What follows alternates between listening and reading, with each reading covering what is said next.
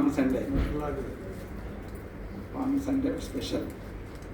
అయ్యగారు నాకు ఈ ఆపర్చునిటీ ఇచ్చారని తెలియగా నేను చాలా హ్యాపీ ఫీల్ అయ్యాను.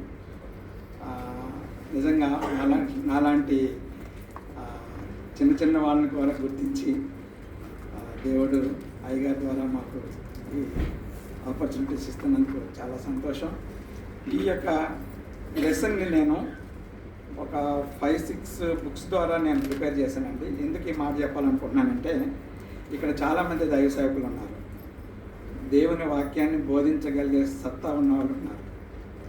అయితే మనందరం స్ప్రెడ్ అవ్వాలని కోరుకుంటున్నాను. నేను ఇది తల్లి సంఘంగా ఉండాలని కోరుకుంటున్నాను. స్ప్రెడ్ అయ్యి బ్రాంచెస్ స్టార్ట్ చేయాలని కోరుకుంటున్నాను. అందుకే నేను ఈ విషయం చెప్తున్నా. మీరు ఏం చేస్తారో నాకు తెలియదు. నెక్స్ట్ 5 ఇయర్స్లో కనీసం 20 చర్చెస్ అండర్ ట్రినిటీ చర్చ్ ఉండాలని నేను కోరుతున్నాను. ఎందుకో ప్రసంగంలో చెప్తాను, దయచేసి వినండి. ఈ ప్రసంగాన్ని నేను మ్యాక్స్వెల్ బైబిల్, అలాగే తెలుగు స్టడీ బైబిల్, అలాగే కథోలిక్ బైబిల్, తర్వాత ఏఐ టూల్స్, తర్వాత నార్మల్ బైబిల్, ఈ బైబిల్, తర్వాత యూట్యూబ్లో ఉన్న ప్రసంగాలు, ఇవన్నీ ఎందుకంటే అయ్యగారు నాకు చాలా ముందు అడ్వాన్స్డ్గా నాకు ఇచ్చారు కాబట్టి ఎలాబొరేట్గా నేను దాన్ని స్టడీ చేయడానికి నాకు అవకాశం దొరికింది. ఇన్ని నేను రిఫర్ చేశాను.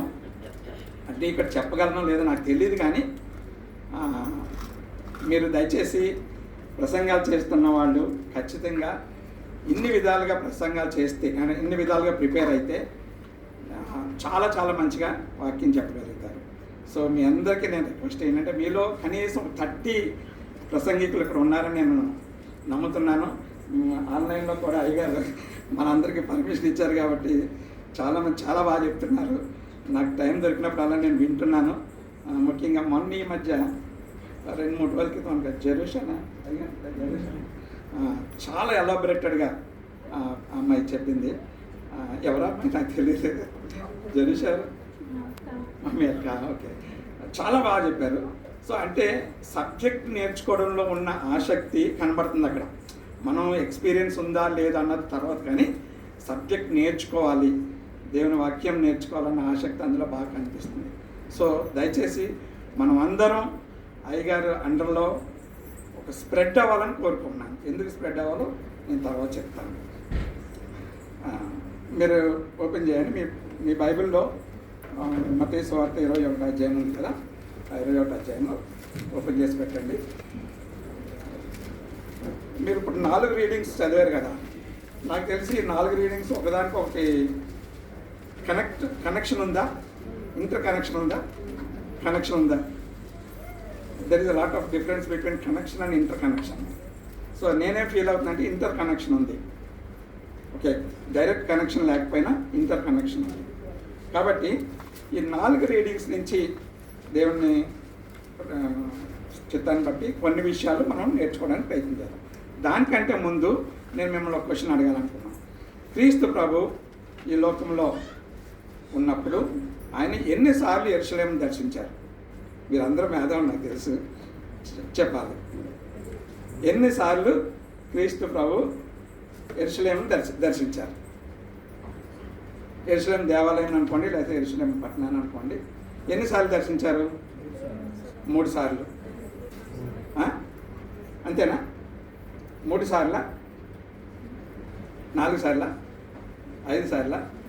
సరే, మత్తయి, మార్కు, లూకా వీళ్ళు ముగ్గురు 5 సార్లు దర్శించినట్టుగా రాశారు. కానీ లూకా ఒక అడుగు ముందుకేసి ప్రతిరోజు దేవాలయంలో ఆయన బోధించినట్టు రాశారు. మీరు రిఫరెన్స్ కావాలంటే లూకా సువార్త 19:47లో ప్రతిరోజు ఆయన దేవాలయంలో బోధిస్తున్నట్టు రాశారు. మిగతా 2 మాట లూకా, మార్కు, మత్తయి వీళ్ళు ఏం చేశారంటే ఒక 5 సార్లు యెరూషలేం దర్శించినట్టు రాశారు. కానీ యోహాను ఏం చేశారంటే ఆయన 7 సార్లు క్రీస్తు ప్రభు యెరూషలేం దర్శించినట్టు రాశారు. సో 7 సార్లు ఎప్పుడంటే, ఎందుకంటే ఎక్కువ యోహాను సువార్తలో ఎక్కువ విషయాలు ఉన్నాయి కాబట్టి 7 సార్లు ఎక్కడంటే ఆయన చైల్డ్గా ఉన్నప్పుడు, బాలుడిగా ఉన్నప్పుడు 12 సంవత్సరాల వయసులో ఒక పాసోవర్ పండుగ, పస్కా పండుగకి తల్లిదండ్రులతో పాటుకి వెళ్ళి తల్లిదండ్రులు పక్కన పెట్టి ఆయన అందరితో వాదోపవాదాలు చేస్తూ తగ్గిస్తూ ఉంటాడు. అవును కదండి? అది ఎక్కడుంది?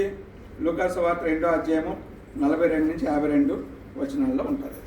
రెండోసారి మళ్ళా పస్కా పండక్కే వచ్చి ఈ దేవాలయాన్ని క్లీన్ చేశాడు లేకపోతే శుద్ధీకరించాడు అని జాన్ గారు రాశారు, మత్తయ్య గారు రాశారు.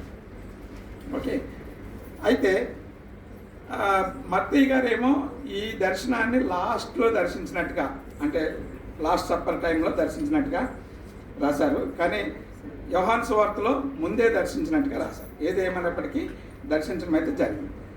మూడోసారి యూదుల పండక్కి యేసుక్రీస్తు ప్రభు, అది జాన్ 5వ అధ్యాయం 1వ వచనం ఉంటుంది. యూదుల పండక్కి యేసుక్రీస్తు ప్రభు దర్శించినట్టు ఉంటుంది. తర్వాత 4వసారి పర్ణశాల పండుగలు జరుగుతాయి. పర్ణశాల పండుగ టైం అప్పుడు దర్శించడం జరిగింది యెరూషలేము. 5వసారి ఆయన ఆలయ ప్రతిష్ఠ జరిగిందంట. యెరూషలేము ఆలయ ప్రతిష్ఠ జరిగినప్పుడు అది జాన్ 10వ అధ్యాయం 22వ వచనంలో ఉంటుంది. 6వసారి ఆయన బేతనియా గ్రామానికి వెళ్ళి మళ్ళీ వెనక్కి వచ్చాడంట. 7వసారి లాస్ట్ సప్పర్ టైం అప్పుడు వచ్చాడు. ఇట్లా 7 సార్లు ఈయన యెరూషలేం దర్శించినట్టు, క్రీస్తు ప్రభు యెరూషలేం దర్శించినట్టు రాయబడింది. లూకాసు వార్తలో అయితే ప్రతిరోజు ఆయన దేవాలయంలో బోధించినట్టు రాయబడింది. మరి ఇన్ని సార్లు దర్శించినప్పుడు క్రీస్తు ప్రభుని వాళ్ళు ఎవరు గుర్తించలేదా?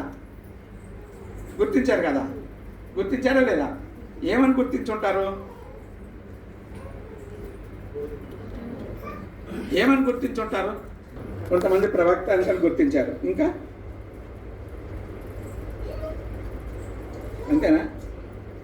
ఆయన అద్భుతాలు చేయగలవాడని గుర్తించారు. అవునా కదా?